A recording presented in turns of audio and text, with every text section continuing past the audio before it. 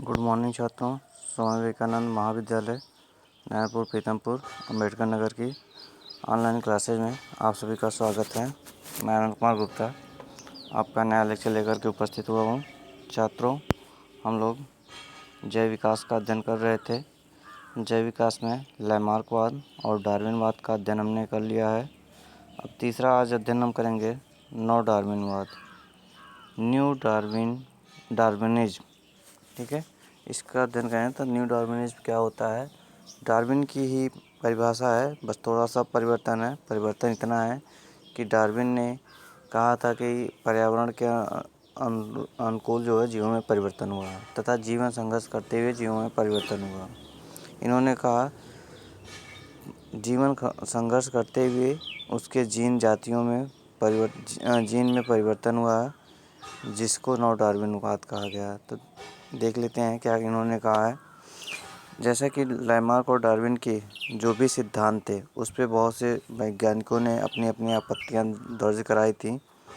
आपत्तियां दर्ज कराने के बाद उसमें थोड़ा संशोधन करने का प्रयास किया गया, जिसमें डार्विन के नए सिद्धांत को जो है जूलियस हैक्सले ने, डार्विन के जो भी सिद्धांत था उस सिद्धांत को उत्परिवर्तनवाद द्वारा बदलने का प्रयास किया, जिसको इन्होंने नव डार्विनवाद कहा, न्यू डार्विन नाम दिया। ठीक है, डार्विन का ही सिद्धांत है, बस उसमें थोड़ा सा परिवर्तन कर दिया गया है, तो उसी को न्यू डार्विन कहा गया। परिवर्तन क्या किया गया है कि इन्होंने बताया है कि नई जातियों की जो उत्पत्ति पुरानी जातियों से होती है वो जीन्स के कारण होती है। मतलब नई जातियों की जो उत्पत्ति है वो पुरानी जातियों से होती है, पुरानी जातियों के जीन से होती है। जीन में परिवर्तन के कारण से जीवों में परिवर्तन देखने को मिलता है। ठीक है, अब इन्होंने उत्परिवर्तनवाद में कुछ बातें बताई हैं, कुछ कारक बताए हैं जिसके अनुरूप उत्परिवर्तन होता है या नव डार्विनवाद में मिलता है देखने को। इसमें सबसे पहले इन्होंने उत्परिवर्तन बताया, म्यूटेशन, उत्परिवर्तन। तो इसमें म्यूटेशन किसे कहा जाता है?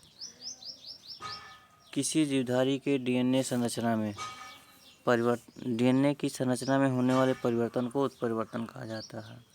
ठीक है, किसी भी जीवधारी का जो डीएनए होगा उस डीएनए में अगर परिवर्तन हो जाता है तो उसे आनुवांशिक पदार्थ कहते हैं।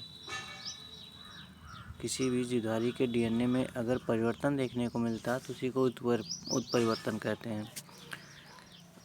डीएनए एक आनुवांशिक पदार्थ है, ध्यान रखिएगा, बहुत ऑब्जेक्टिव में पूछा जाता है डीएनए क्या है। तो डीएनए एक आनुवांशिक पदार्थ है, या आनुवांशिक पदार्थों का नाम बताइए।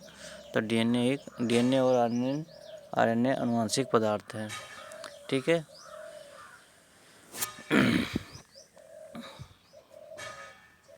डीएनए पर उपस्थित एक विशेष प्रकार की संरचना होती है जो अलग अलग लक्षणों को प्रदर्शित करती है। इन जो अलग लक्षणों को प्रदर्शित करती है उसके एक समूह को जीन कहते हैं। तो किसी भी डीएनए पर बहुत से लक्षण होते हैं, उन लक्षणों के समूह को ही जीन कहा जाता है। अगर जीन में परिवर्तन हो जाता है तो संतान के में भी परिवर्तन देखने को मिलता है। दूसरा इन्होंने बताया था पृथक्करण, सेगमेंटेशन। इसमें क्या बताया था? इन्होंने बताया था नव डार्विनवाद में, या जूलियन हैक्सले ने बताया था कि जो भौगोलिक दशा है, इस भौगोलिक दशा के कारण से किसी भी क्षेत्र का जो भौगोलिक दशा है, भौगोलिक दशा के कारण से अंतः प्रजनन नहीं हो पाता। अंतः प्रजनन का मतलब होता है अगर कोई एक स्पीशीज है, स्पीएस लिखा जाता है, स्पीशीज 1 का स्पीशीज 1 के साथ अगर फर्टिलाइजेशन होता है तो इस प्रक्रिया को हम कहते हैं अंतः प्रजनन। परंतु अगर स्पीशीज 1 का स्पीशीज 2 से फर्टिलाइजेशन होता है तो इसे हम कहते हैं बाह्य प्रजनन। तो भौगोलिक दशा के कारण से जो है कुछ जीवधारियों में अंतः प्रजनन नहीं हो पाता है, जिसके कारण से वह बाह्य प्रजनन करते हैं। तो बाह्य प्रजनन के कारण से मतलब दो अलग अलग जीव जातियों के जीन एक दूसरे से मिलने के कारण नई जाति आने के चांसेस बनते हैं। जैसे जेब्रा इसका उदाहरण बताया जाता है और गधा भी इसका उदाहरण बताया जाता है। तीसरा इन्होंने बताया था विभिन्नताएं।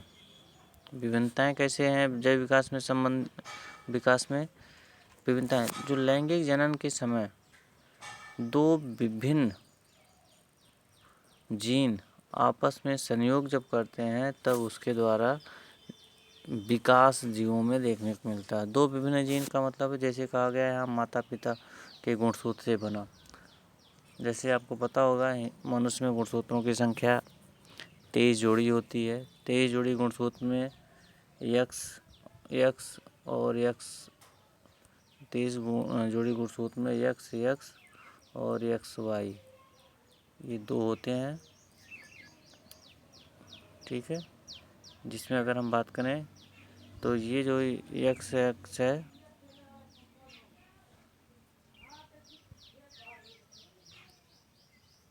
यक्स और यक्स वाई। यक्स जो है ये फीमेल का है, यक्स वाई मेल का है। तो जैसे हम थोड़ा सा डिफरेंस कर दे रहे हैं। देखिए एक एक्स पे हम डॉट लगा दे रहे हैं, एक्स पर माइनस का निशान लगा रहे हैं, एक एक्स पर प्लस का निशान लगा रहे हैं। तो हम विभिन्नता बताने का प्रयास कर रहे हैं। तो जिस पे एक्स डॉट है और एक्स प्लस है, ठीक है। अब ये दो अलग अलग जीवधारियों से आया है, तो इससे के द्वारा जो भी जीव बनेगा वो नए स्वरूप में बनेगा। तो इसी को कहा गया है कि माता पिता के गुणसूत्रों के संयोग से भी जीवधारियों में परिवर्तन हो सकता है। इसके बाद बताया गया है युग्मक निर्माण के लिए अर्धसूत्रीय विभाजन के समय जीन्स का जो विनिमय होता है। जीन्स का विनिमय का मतलब जब अर्धसूत्रीय विभाजन होता है तो जीन का जो गुणसूत्र जो होता है उस गुणसूत्र के जीन एक दूसरे से क्रॉस करते हैं, तो जिसके कारण से स्थान जीन का बदल जाता है। तो जीवधारी के में लक्षण भी थोड़ा सा परिवर्तित देखने को मिलता है।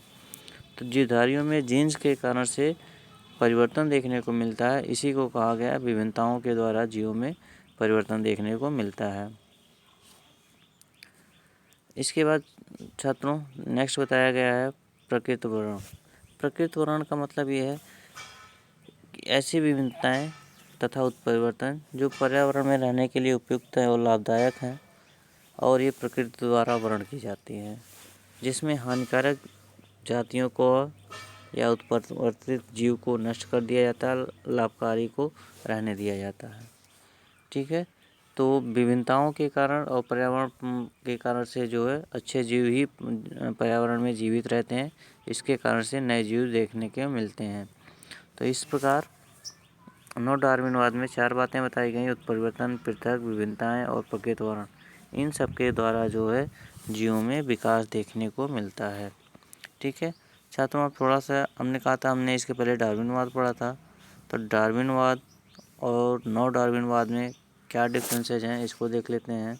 जैसा कि डार्विनवाद में बताया गया था जीवों में परिवर्तन धीरे धीरे होता है, परंतु नव डार्विनवाद में बताया गया परिवर्तन तीव्र होता है। क्योंकि यह जीन के कारण से होता है इसलिए परिवर्तन तीव्र होता है। दूसरा बताया गया विद्युत रे से विद्युत क्षेत्र की उत्पत्ति की व्याख्या इसके द्वारा नहीं की गई। इसमें इन्होंने जो परिवर्तन बताया था उस परिवर्तन का स्पष्ट व्याख्या नहीं दिए थे, इसलिए वो यह देखने को नहीं मिलता है। तीसरा जो है उत्परिवर्तन के आधार पर यह बिल्कुल व्याख्या करता है और सरल करता है। मतलब क्या है, नव डार्विनवाद विद्युत क्षेत्र की उत्परिवर्तन के आधार पर व्याख्या स्पष्ट रूप से करता है। तीसरा बताया गया है केवल आवश्यकता अनुसार विकास की व्याख्या की गई है। इसमें उत्परिवर्तन के लिए आवश्यकता का कोई महत्व नहीं है, ये अपने आप बताया गया है और अचानक बताया गया है। इसमें आवश्यकता की कोई बात की चर्चा नहीं की गई। चौथा जो डार्विनवाद में बताया गया, डार्विनवाद में बताया गया विभिन्नताएं उत्पन्न होती हैं, किंतु विभिन्नताएं इन्होंने जीवन संघर्ष के कारण उत्पन्न होती है तो बताया तो था, लेकिन इसका स्पष्टीकरण नहीं दे पाए थे। इन्होंने विभिन्नताएं जो उत्पन्न होती है उसको उत्परिवर्तन आधार माना, उत्परिवर्तन ही आधार माना था, जिसके कारण से इनकी बातें मानी गईं। ठीक है, नेक्स्ट पढ़ते हैं उत्परिवर्तनवाद। ये चौथा और आखिरी है जैव विकास की सिद्धांत, उत्परिवर्तन, म्यूटेशन थ्योरी। म्यूटेशन होता क्या है इसके बारे में बताते हैं। किसी जीवधारी में अचानक हुए परिवर्तन को म्यूटेशंस कहते हैं। अचानक किसी एक पीढ़ी में नेक्स्ट पीढ़ी में दिखाई देने की प्रक्रिया को ही म्यूटेशंस कहते हैं। इसके बारे में हॉलैंड के वनस्पति वैज्ञानिक ह्यूगो डी ब्रीज, नाम याद रखिएगा, जहाँ जहाँ नाम बताया जा रहा है सारे नाम याद रखने इम्पोर्टेंट्स हैं। हॉलैंड के वनस्पति वैज्ञानिक ह्यूगो डी ब्रीज ने एक पौधा था, पौधे का नाम है इवनिंग प्रिमरोज, ये भी याद रखिएगा।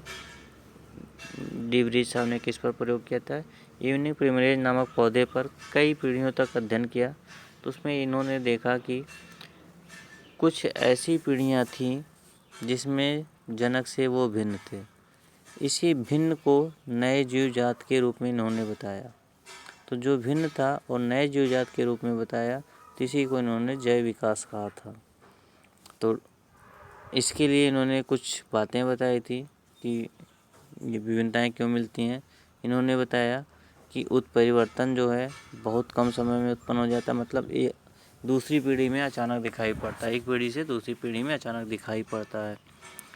दूसरा इन्होंने बताया उत्परिवर्तन जो है जनन द्रव्य में होता है, जनन द्रव्य मतलब DNA RNA में होता है। तथा इन्होंने बताया था उत्परिवर्तन प्रायः अनिश्चित होता, कभी भी कहीं भी हो सकता है। इसके बाद इन्होंने बताया था जीव जातियों में भिन्न भिन्न प्राणियों में भिन्न भिन्न प्रकार के उत्परिवर्तन हो सकते हैं। किसी भी दो जाति में एक जैसा परिवर्तन देखने को नहीं मिल सकता है, वो अपने आप कुछ भी डिफरेंसेस देखने को मिल सकता है। पांचवा इन्होंने बताया यह लाभदायक तथा हानिकारक दोनों प्रकार से हो सकते हैं। और लास्ट बताया जातीय लक्षणों में आकस्मिक रूप से होने वाले वंशागत परिवर्तन ही उत्परिवर्तन कहलाते हैं। किसी जीवधारी में जो भी अचानक परिवर्तन होता है और वह परिवर्तन अगर जेनेटिक हो जाती है, अनुवांशिक हो जाती है, तो उसी को उत्परिवर्तन कहा जाता है। तो इसे उत्परिवर्तनवाद कहा गया है। नेक्स्ट हम पढ़ते हैं उत्परिवर्तनवाद की आलोचना किया गया। देखिए चाहता हूँ जितने भी सिद्धांत दिए गए हैं सबकी आलोचनाएं हुई हैं। इनकी क्या आलोचनाएं की गई है, इनकी आलोचनाएं की गई है जैसा कि इन्होंने जो बताया था उत्परिवर्तनवाद जो है लाभदायक और हानिकारक दोनों होते हैं। तो इसमें इन्होंने आलोचना क्या किया गया कि उत्परिवर्तन जो होता है हमेशा हानिकारक होता है, क्योंकि अगर कोई जीव पर्यावरण के साथ अनुकूलन नहीं प्रस्तुत करता है तो जीवित नहीं रख सकता है, वह कुछ समय बाद नष्ट हो जाता है। परंतु डी ब्रीज साहब ने पहले बताया था कि जो अगर अनुकूलन नहीं करेगा वो नष्ट नहीं होगा, ये नहीं स्पष्ट कर पाए थे।